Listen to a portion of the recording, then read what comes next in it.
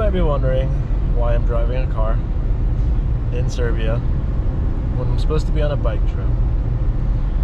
I didn't want to be in this position, but I am conceding the defeat. It wasn't so much that I was, exhausted from all the riding.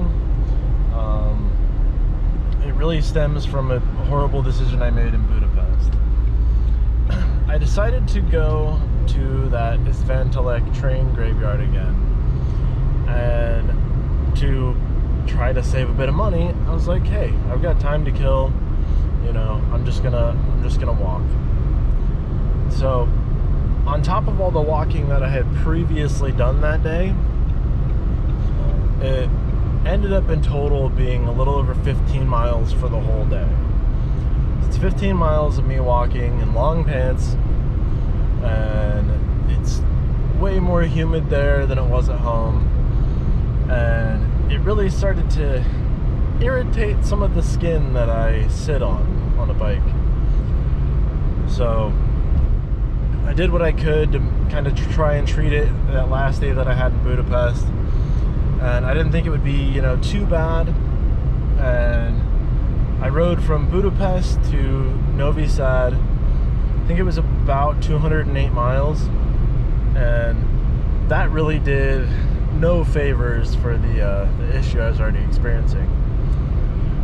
So then I was like, okay, well, let me stop, rest it up a bit. And so I stayed in Novi Sad for I got into Novi Sad at like 10 p.m. So I technically stayed for 3 nights, but really only like 48 hours. And I thought, I was feeling decent. I was feeling all right.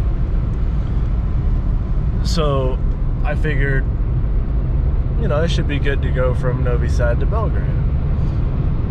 On the ride from Novi Sad to Belgrade, it felt like I was sitting on the sun. It was a very unpleasant feeling. And when I got to my hotel in Belgrade, I did more to kind of try and treat it, and it was not happy. So I'm kind of left with very few options. My options were just abandon the whole trip, just fly out of Belgrade back to London and just call it, which I really didn't want to do. I'm supposed to be meeting up with somebody sort of southern Serbia. Didn't really want to come all the way to Serbia and blow them off or anything. And I really don't think that it's progressed to the point where it's going to be that hard to heal up. I think it's just going to take a little bit longer than that 48 hours. So I rented a car in Belgrade. I'm driving to the town of Nis, where I'm going to drop the car off, and then tomorrow the person I'm supposed to meet up with in Serbia, he's going to drive up to Nis, pick me up, take me back to his town, and so I'll have all day today of no riding and several days down there just off the bike, doing what I can to sort of treat the skin condition before it really develops into like a proper saddle sore. But the thing that's the most disheartening about it is it's not like I got a saddle sore from riding. I got it from walking with just drenched in sweat and for so long. And it's been very, very disheartening. And honestly, it's kind of really messed up the trip, because in Novi Sad, apparently there's a lot of cool stuff to go see. I didn't really go see any of it because I didn't really want to walk around and make it worse. I mean, I got it from walking the first time. Same with Belgrade. There's a lot of cool stuff to see in Belgrade, but I didn't really see any of it because I didn't want to walk around and make it worse. Because once I sort of get to Nis, like, if I want to go to Greece. I definitely want to go to Greece, because I think both my previous bike trips I was going to try and end in Greece, and I never made it. and I just really want to go. I want to see the ocean. I want to do all that stuff. So, but once you get to Nis, like, you're kind of out of options. There's not really a train or a bus or anything to get from there to Thessaloniki. You're kind of stuck. So I'm gonna give it, 4 or 5 days. Hopefully that heals it up, because if it doesn't, well, I'm kind of stuck. And if it doesn't do it, well, it's just under 200 miles from the town I'm going to be in to Thessaloniki. So if it doesn't work out and I can't get all healed up, then I'm just gonna run it.